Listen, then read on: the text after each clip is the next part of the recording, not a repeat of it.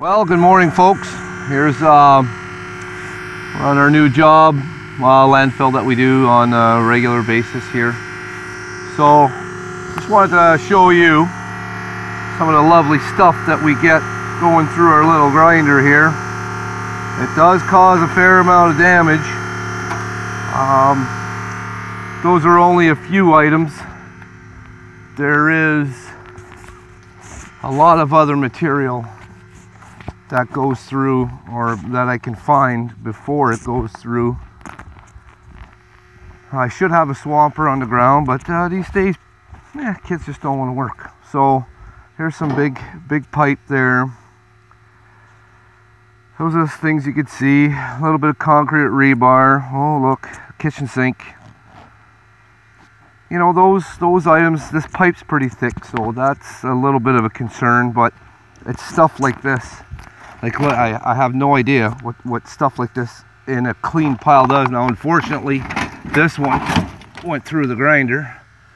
I mean, as you like, look at the size of that. That's unbelievable. Axle shafts, brake drums. I mean, I try to make them understand that stuff like this just can't go through a grinder.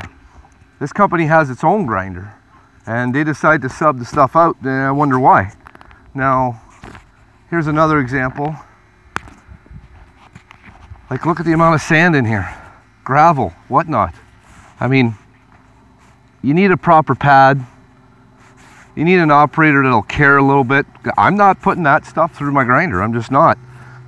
Last time I was here, there was a pile that was left. They complained about it, and they said, well, you can't leave that. Well, at the end of the day, I'm not putting it through the machine, because for what you're paying, and even if you're paying more money, it's irrelevant, because you know, you're just taking the life out of the machine. So I refuse. So I'm just going to give you a little quick,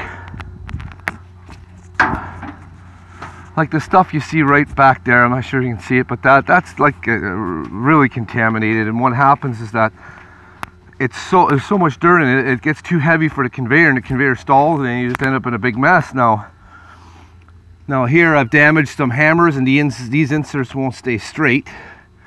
You can see that there.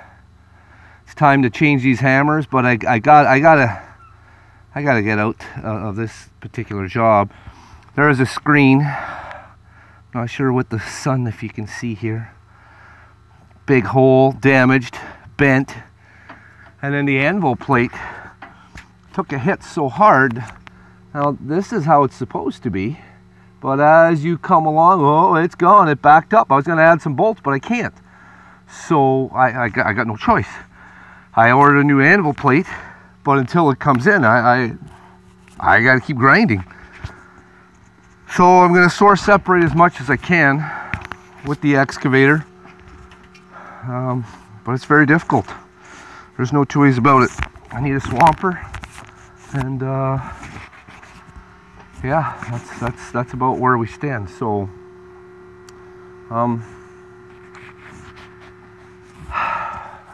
everything else seems to be working okay. Got a little warm yesterday, or not yesterday, the day before. And all in all, it's not too bad, but this definitely is a two-man job. There's no two ways about it. But these days, finding somebody that can get up early and start at the bottom of the ladder, and you still pay them a decent wage, they just, no, that's too hard.